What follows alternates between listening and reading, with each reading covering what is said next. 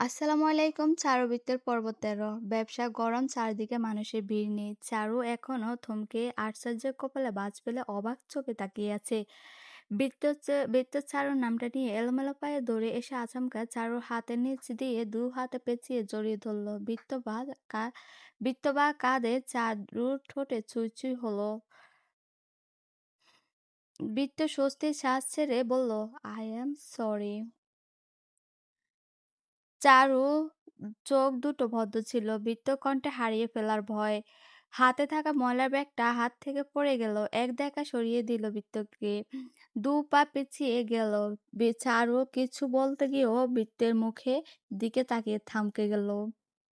সাদা শার্টটা ঘামে ভিজে গেছে, চোখে মুখে ঘাম চিকচিক করছে, চুলগুলো কেমন এলোমেলো, অগোছালো, কেমন রুক্ষ দেখাচ্ছে, কেমন বেহাল দশা হয়েছে।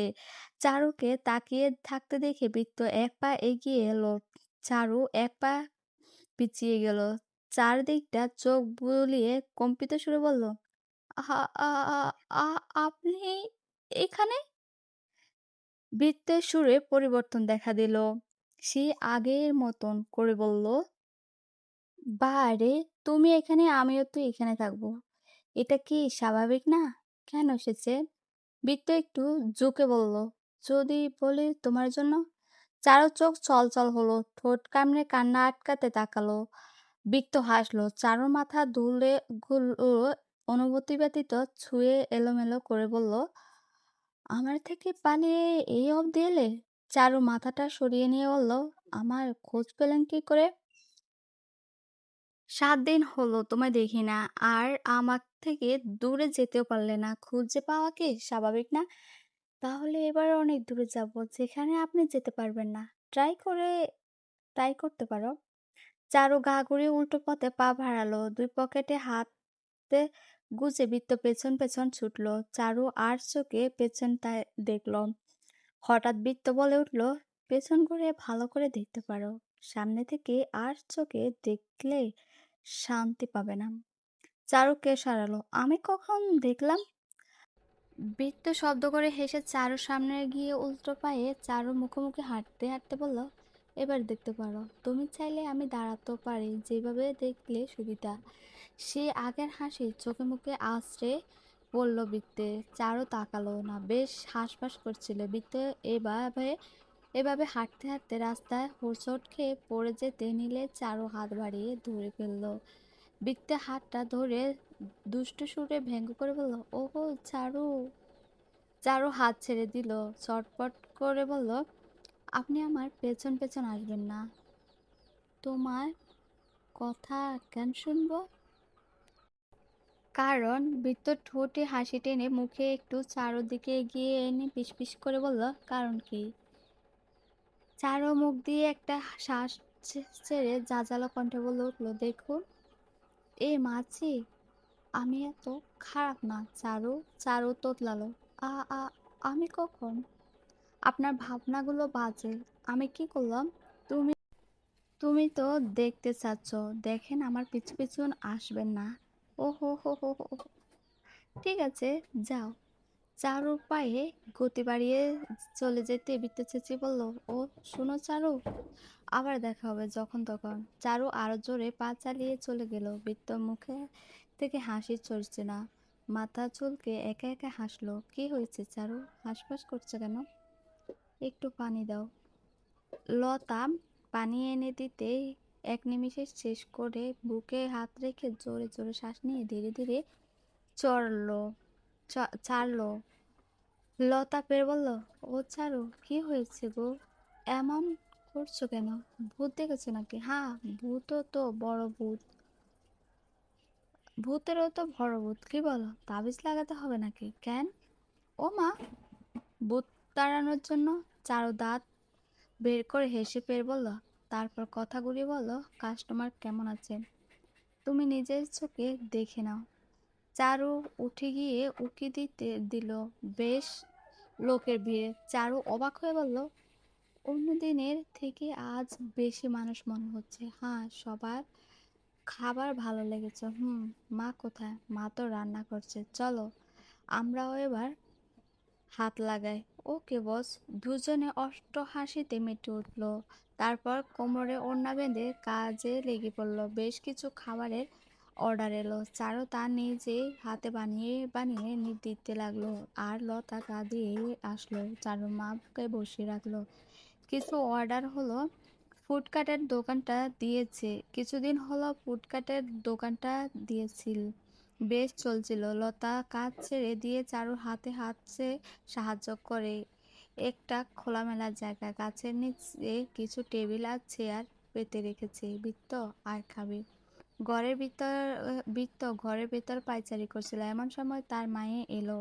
ভেতরে না ঢুকে বাইরে থেকে আওয়াজ দিল। চারু যাওয়ার পর থেকে মায়ের সাথে কথা বন্ধ করে দিয়েছে। খাওয়া দাওয়াটাও বাইরে বেশি করা হয় না। আজও বাইরে থেকে খেয়ে এসেছে। মা ডাকলে বিছানায় বসে ফোন হাতে নিয়ে গম্ভীর হয়ে বলল, আমি বাইরে খেয়ে এসেছি। বৃত্তের মা স্বল্প সময় চুপ থেকে দরজায় টোকা দিয়ে বলল, একটু ভেতরে আসি। বৃত্ত উত্তর দিল না। দরজা ঠেলে ভেতরে এসে দাঁড়ালো। বৃত্ত এইভাবে পৌনে মুখে বেজ- গুজে আছে। ছেলের পাশে বসে বলল, এমন কেন করছিস বাবা? কার জন্য করছিস? আমি তোর মা হই। একটা ভাইরের মেয়ের জন্য মায়ের সাথে কথা বলার বন্ধ করে দিছিস। ওইসব মেয়ে ভালো হয় না। তোর মতন ছেলেকে পুরো কথা শেষ করতে দিল না বৃত্ত। পাশ থেকে উঠে দাঁড়িয়ে ঘৃণা নিয়ে মায়ের দিকে তাকিয়ে বলল, তুমি এখনো তেমনই আছো। মানুষকে নিয়ে তোমার মনে এত বাজে ধারণা? সিরিয়াসলি? বৃত্তর মা তেলে বেগুনে তেলে উঠল। দাঁতে দাঁত পিষে বলল, ওইসব মেয়ে ভালো না বৃত্ত। চারু এটা।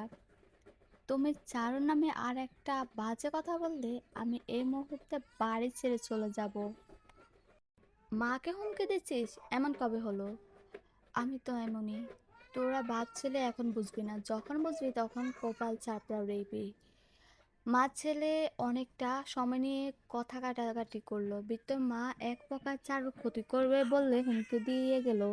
বৃত্ত মাথা ধরে ধপ করে বসে পড়ল। রাত হলো বেশ। আকাশে তারা ঝলমল করছে। ছোট দোকান দুটা দুজন মিলে বন্ধ করে সবে ঘরে এসেছে। রাত তখন 11টা ছুঁই ছুঁই। হাত মুখ ধুয়ে একসাথে খেতে বসলো। খাওয়ার শেষে চারু আর লতা টাকা গুনছিল। কেমন রোজগার হলো? গুনে দেখো 4080 টাকা। টাকা 3 ভাগ করলো। 2 ভাগ তারা নিল। আর এক ভাগ টাকা দিয়ে কিছু জিনিস কিনতে হবে বলে রেখে দিল। আচ্ছা চারু, ভালোই তো চলছে দোকানটা। কিছু নতুন খাবার যোগ করে ভালো হবে না? ঠিক বলেছ।